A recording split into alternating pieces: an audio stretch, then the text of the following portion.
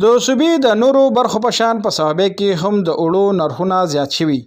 د 100 کیلو بوجۍ په قیمت کې 1000 روپۍ اضافه شوې ده چې ورسره غریب او مزدورکار طبقه متاثره شوې ده.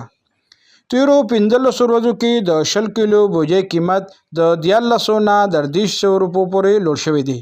اوړو ګرانېدو مین وجه دا ده چې کوم دی پنجاب ګورنمنټ KPG باندې اوړو بند کړي دي، صوبه بندي لګولې ده او په راتلو باندې چې کوم دی په لاره کې بس ډېرې غټې پیسې کوم تروړه باندې 60-70 روپۍ خرچه راتله، هغې باندې 170-180 روپۍ ته ګجروالۍ نه دې علاقو نه خوشاب نه دې علاقو نه خرچه رسېدلې ده.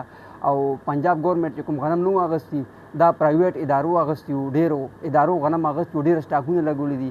هغوی اوس چې کوم دی نو موږ له هغې ریټ باندې غنم نه ورکوي. هغوی چې کوم دی نو خپل په ذخیره اندوزي کړې ده، خپل په ریټونو غنم ورکوي. هغې د وجې کوم دی نو ټوپۍ بازار کې هم اوړو اوس ډېر زیات ګران شو، تروړه 2200-2300 روپۍ پورې اوړو خرڅېږي. عام ولس وایي چې ګرانۍ په وجه ژوند سخت کړی شوی دی او د اوړو ناڅاپه ګرانېدلو سره د ماشومانو د بنیادي خوراک ضرورت پوره کول ورته هم ګران شوي دي.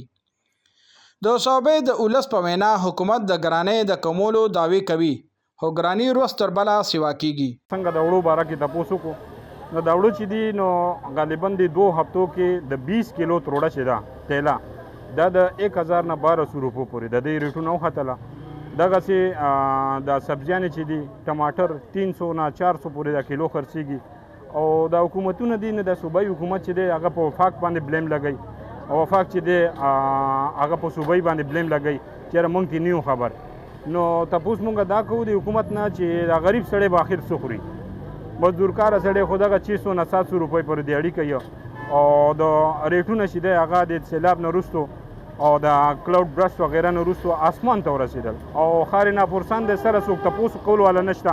بیخي سره هغه انتظامیه چې ده غیبه ده، د هغې سره څه پته نه لګي. د راپورونو تر مخه پنجاب کې د غنمو د ګرانېدلو په وجه خیبر پښتونخوا کې هم اوړو ګران شوي دي.